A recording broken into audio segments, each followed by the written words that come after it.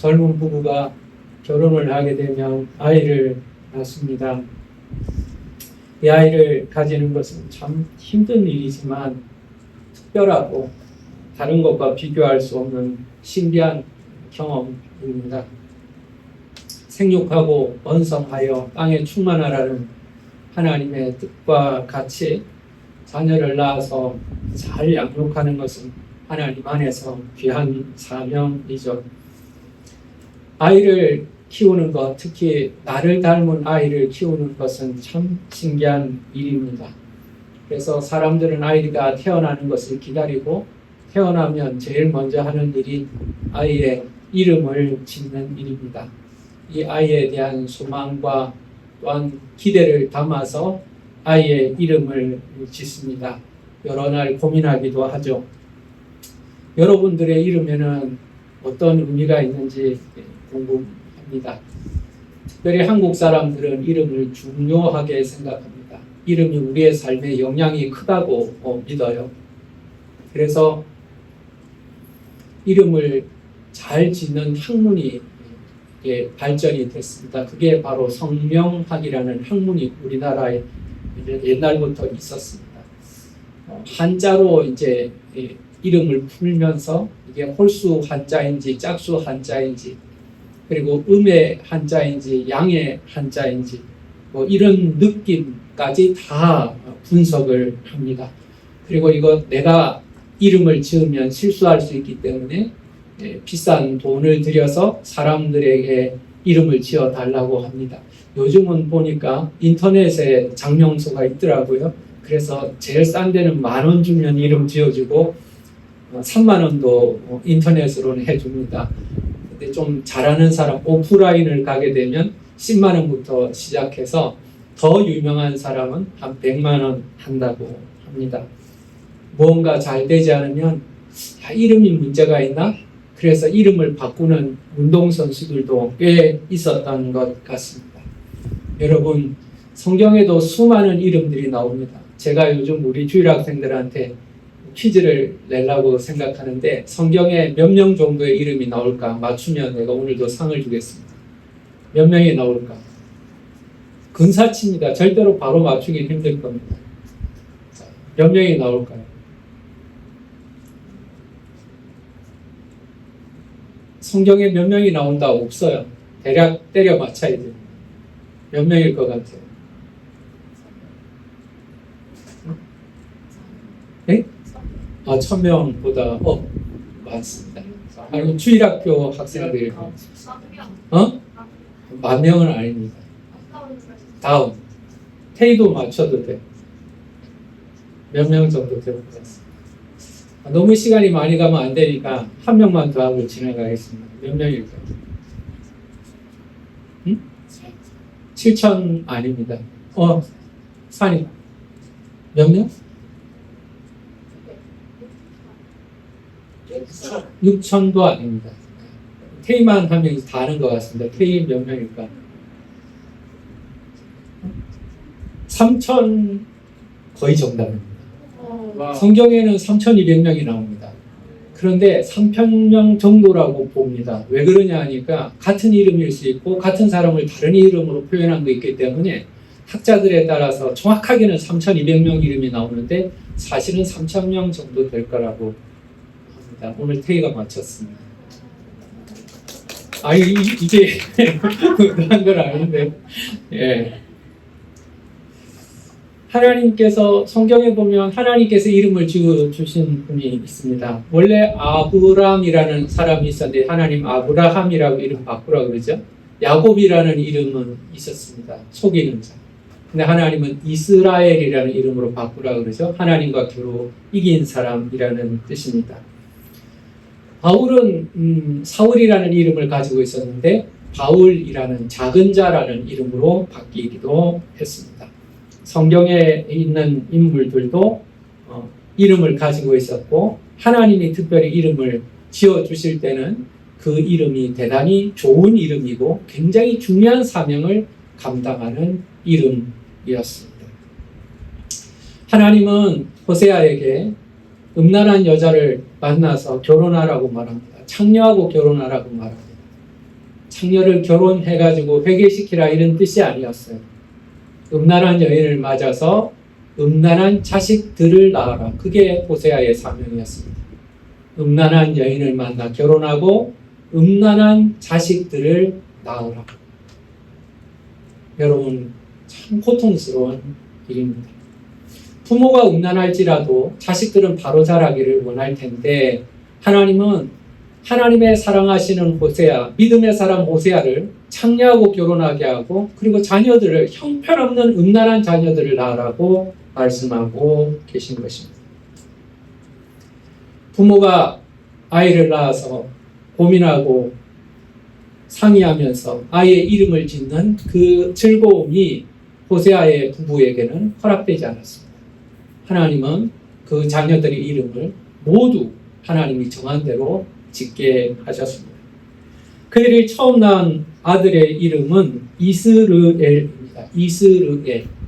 여러분, 이스르엘이라고 말하니까 야, 이스라엘하고 비슷하다 생각하고 야, 좋은 이름일 거다라고 생각하지만 전혀 그렇지 않습니다. 그냥 느낌은 비슷하지만 전혀 다른 뜻입니다. 이스라엘은 하나님과 겨루어 이겼다는 이름이고 그리고 이후에 나라의 이름이 되죠. 이스라엘이라는 나라이 됩니다. 근데 이스르엘이라는 이름은요, 흩어지다라는 뜻을 가지고 있습니다. 흩어버리다. 흩어버리다. 하나님이 흩으신다. 엘이 붙으니까요, 하나님이 흩으신다라는 뜻을 가지고 있습니다. 여러분, 모은다가 좋잖아요. 모은다. 근데 하나님은 하나님이 흩어버린다는 거예요. 하나님께서 흩어버리시겠다. 이게 큰아들의 이름입니다. 여기에는 또 한 가지 의미가 있는데 이스르엘이라는 곳은 장소의 이름입니다. 이 이스르엘이라는 장소는요, 사실 굉장히 아름다운 곳이었습니다. 나봇의 포도나무 이야기 아시죠? 나봇의 포도원 이야기가 나오는데 이 나봇이라는 사람이 포도원을 가지고 있는데 그게 얼마나 아름답든지 아합이란 왕이 그 포도원을 보고 내 것 삼고 싶어서 내가 저 포도원 가지고 싶어서 고민을 할 정도로 아름다운 포도원이 있는 장소가 바로 나봇의 포도원, 그것이 바로 이스르엘이라는 장소였습니다. 근데 이 포도원을 팔라고 해도 팔지 않으니 결국은 이 아합이 몸살이 날 정경이 되죠. 그래서 이스벨이 악한 꾀를 동원해서 이 아합을 죽여버리고 그 포도원을 뺏어갑니다. 근데 여러분, 이스라엘은 거기에 그치지 않습니다. 이후에 하나님께서 예후라는 사람을 동원해서 이 아합의 가문을 치게 하시는데 여기서 이 아합의 아들 그리고 아합의 아내였던 이세벨도 죽게 되는 장소입니다. 이 이스라엘의 이 성이 있는데 이 이스라엘 성에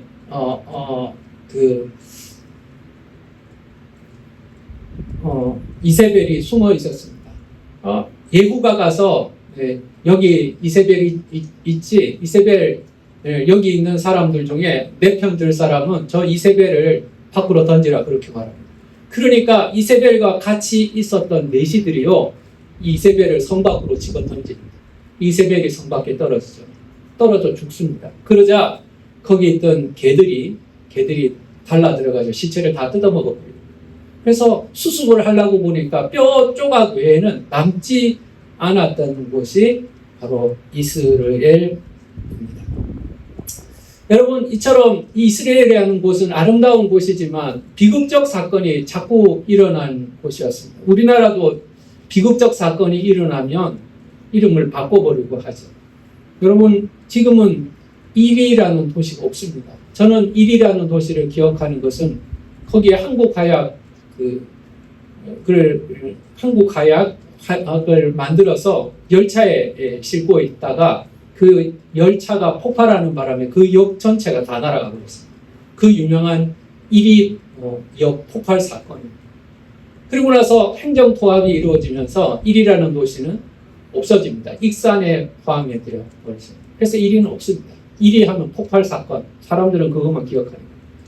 우리나라 도시 중에서도 삼천포라는 게 있죠. 잘 나가다가 삼천포로 빠진다. 뭐 사람들은 심심하면 잘 나가다가 삼천포로 빠진다. 그래서 삼천포 사람들이 기분 나쁘다고 우리 도시 이름을 바꾸자 그렇게 합니다. 그럼 뭘로 바뀐 줄 아세요? 사천으로 바뀌었어요. 사천, 지금은 삼천포가 없습니다. 얼마 전에 나라도 이름을 바꿨죠. 터키가 기분 나쁘다. 왜 우리를 터키라고 하냐? 우리 튀르키예 하겠다. 그래 이름이 튀르키예입니다. 우리가 부르기에는 뭐 터키나 튀르키예나 뭐 비슷하잖아요. 더 어렵게만 만들어놨지. 나쁜 이름을 부르고 싶지 않는 거예요. 그렇게 듣고 싶지 않는 거예요. 터키가 겁쟁이라는 뜻도 있고 터키가 칠면조라는 뜻도 있으니까 나라가 칠면조는 좀 그렇잖아요. 그러니까 바꿔버리는 거예요. 근데 여러분, 이 호세아의 아들들, 딸들은 얼마나 힘들었겠습니까? 하나님이 흩으신다. 하나님이 흩으신다. 이름이 그거예요. 여러분, 하나님이 흩어버리신다. 그것이 이름이 됩니다. 뿐만 아니라 그 다음 딸을 낳게 되는데요. 딸의 이름은 로로하마입니다. 로로하마. 로로하마.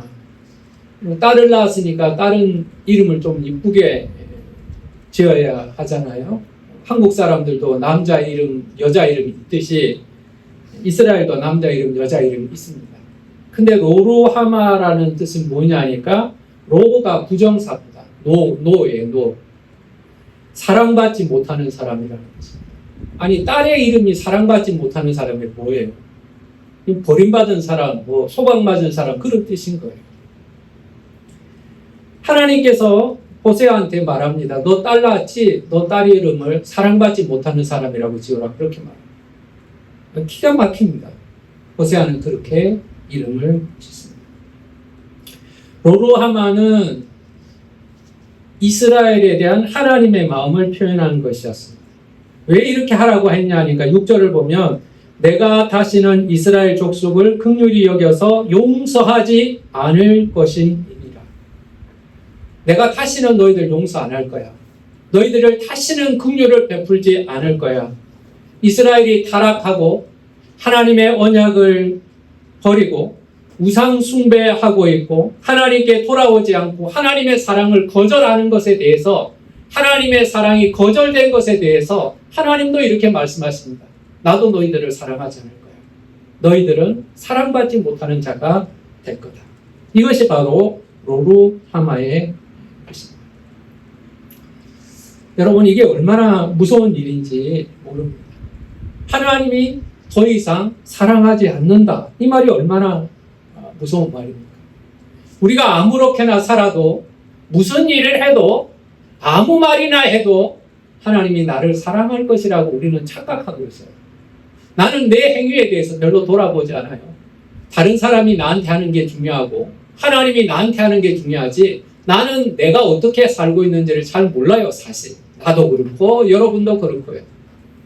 그런데 여러분, 그렇게 살아가면서 이렇게 살아도 된다고 착각하고 있었는데, 내가 마음대로 살아도 하나님은 나를 사랑할 것이라고 생각하고 있었는데 하나님은 그게 아니라는 거예요. 로루하마, 너 그렇게 하면 사랑하지 않을 거야. 사랑받지 못하는 자가 될 거다. 하나님의 사랑이 떠날 거야. 그렇게 말씀하십니다. 세 번째 또 아들을 낳았습니다. 세 번째 아들의 이름은 로암미입니다. 로암미. 로는 부정사입니다. 로루하마가 부정사였죠. 로가 부정사입니다. 암은 백성이라는 뜻이고 미는 나라라는 뜻입니다. 너희는 나의 백성이 아니다라는 뜻입니다. 이스라엘은 하나님이 우리의 하나님이시고 우리는 하나님의 백성이라고 생각을 하고 살았습니다. 왜냐하니까 역사적으로 이루어진 일이 있습니다. 시내산에서 모세가 하나님을 만나서 이스라엘 모든 백성들이 시내산 언약에 동참하였습니다. 하나님이 우리 하나님이 되시고 우리는 하나님의 백성입니다. 그래서 우리는 하나님의 말씀을 지키며 율법을 지키며 살겠습니다. 하나님을 예배하며 살겠습니다. 그래서 그들은 하나님과의 언약의 근거를 하나님의 율법 그리고 하나님의 성전, 하나님께 예배하는 것으로 생각했습니다. 그래서 그들은 우리는 지금 예배하고 있으니까 하나님의 백성이고 우리에게는 율법이 있으니까 하나님의 백성이라고 생각을 했던 것입니다. 우리는 하나님의 백성이야. 우리는 예배를 드리고 있잖아. 우리는 하나님의 백성이야. 율법대로 살고 있잖아. 그런데 하나님은 말씀하십니다. 너희는 내 백성이 아니요 나는 너희 하나님이 되지 아니할 것이다 라고 선언하신 것입니다. 구약 성경 전체를 흐르는 굉장히 중요한 주제는 나는 너희 하나님이 되고 너희는 내 백성이 되리라이지만 하나님은 이스라엘의 거듭되는 우상 숭배로 인하여서 하나님과 이스라엘과의 언약이 깨어졌다는 것을 하나님은 말씀하고 있는 것입니다. 우리는 하나님의 백성이라고 생각하고 있는데 하나님은 이렇게 말씀하십니다. 아니야, 너희는 더 이상 내 백성이 아니야. 호세아의 세 자녀는 그 당시 이스라엘의 영적인 상태를 그리고 이스라엘의 종말적 미래를 보여주는 겁니다. 하나님이 흩으신다. 하나님이 심판하신다는 이야기. 로루하마라는 이름은 하나님이 더 이상 사랑하지 않는다. 지금처럼 산다면 하나님은 너희들 사랑하지 않는다. 그리고 로암미는 더 이상 내 백성이 아니다. 하나님과 이스라엘의 언약은 깨어졌다는 하나님의 진노를 드러내는 이름이었습니다. 호세아는 이 자녀들의 이름을 부를 때마다 얼마나 마음이 아팠을까요? 이름을 한번 부를 때 그 이름으로 부른다고 생각해 보십시오. 너는 하나님의 백성이 아니다. 야, 이리 와봐라. 이렇게 불러야 돼요. 너는 사랑받지 못할 거다. 이리 와봐라. 밥 먹어라. 이렇게 불러야 돼요. 동네 사람들은 어떻게 부를까요? 동네 사람들도 그렇게 부를까요? 버림받은 자야 이리 와봐라. 사랑받지 못한 자야 이리 와봐라. 흩어진 자야 이리 와봐라. 이렇게 부를 거예요.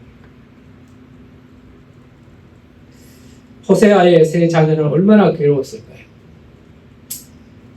제가 호세아의 세 자녀가 어떻게 되었는가 성경에서 찾아봤어요. 자료를 봤어요. 없어요. 나오질 않아요. 이름만 나오고 어떻게 살았는가는 아무것도 나오질 않아요. 호세아의 부모도 괴롭고 부름을 받는 자녀들도 대단히 고통스러웠습니다. 그 가정의 고통이 바로 하나님의 마음이었습니다.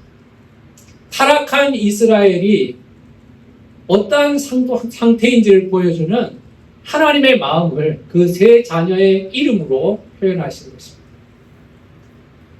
여러분, 여기까지만 우리가 말씀을 나누면 하나님이 잔인하신 것 같이 느껴지잖아요. 이 가정에 이렇게 어려움을 주시나, 이 세 자녀, 태어난 자녀들이 이런 이름을 가지고 평생을 살아야 하는 고통을 주시나, 여러분, 하나님이 너무하신다는 생각이 들지 않아요? 그런데 여러분, 놀라운 반전일 수는 없어요. 10절에 나오는 그러나 10절을 다 같이 읽어보겠습니다.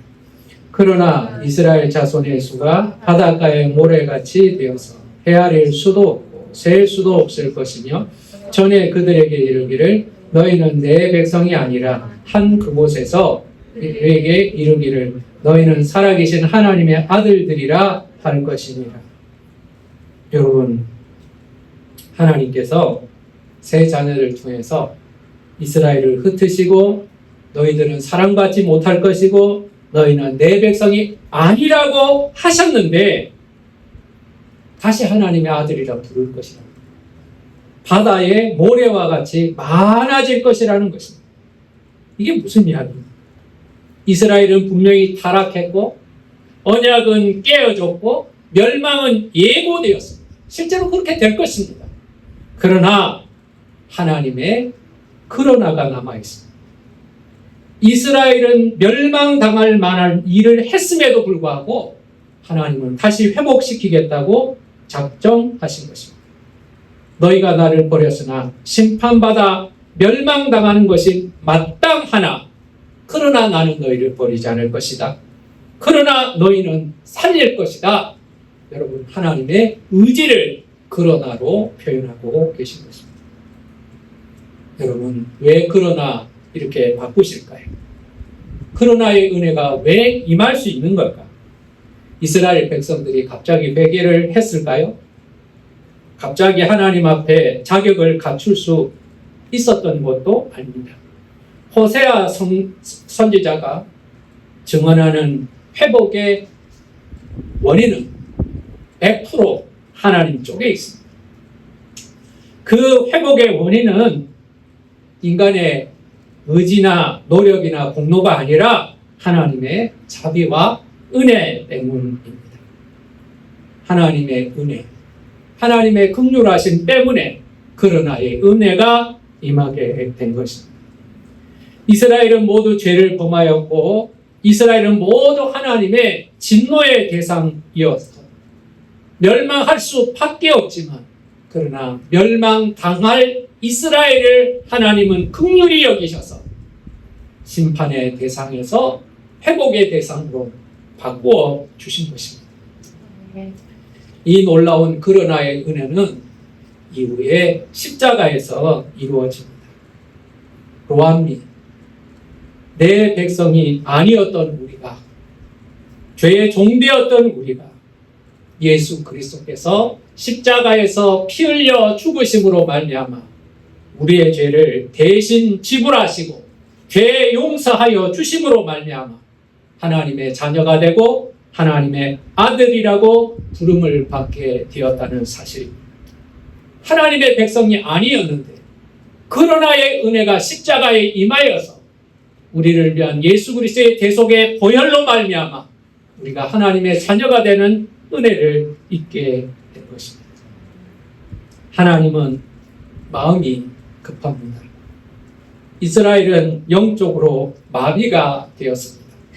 말씀으로도 예언으로도 듣지 않습니다.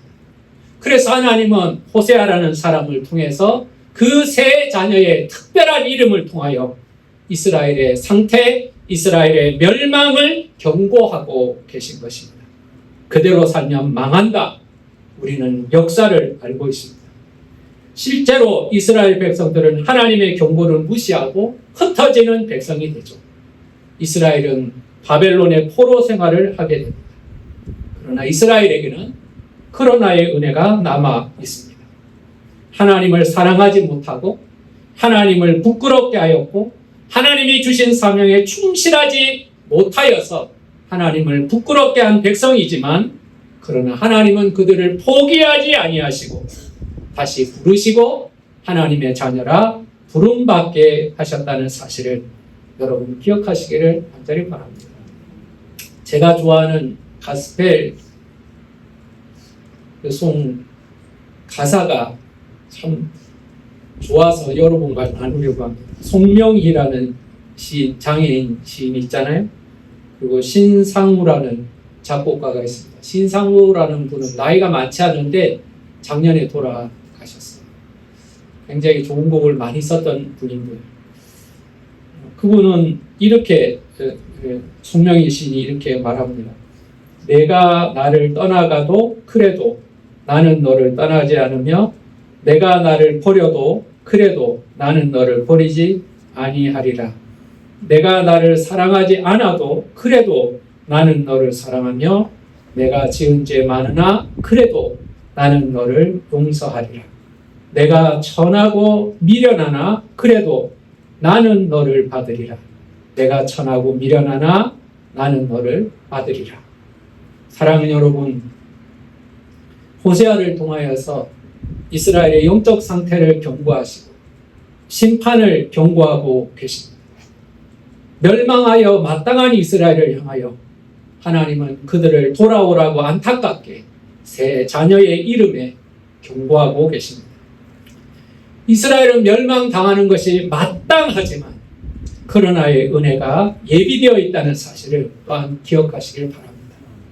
우리가 자격이 없고 불순종하고 하나님 앞에 자랑할 것이 아무것도 없어도 그래도 하나님은 우리를 사랑하시고 그래도 우리를 포기하지 않는다는 사실을 여러분 기억하면서 그래도의 은혜를 찬양하는 저와 여러분 되시기를 예수 이름으로 축원합니다.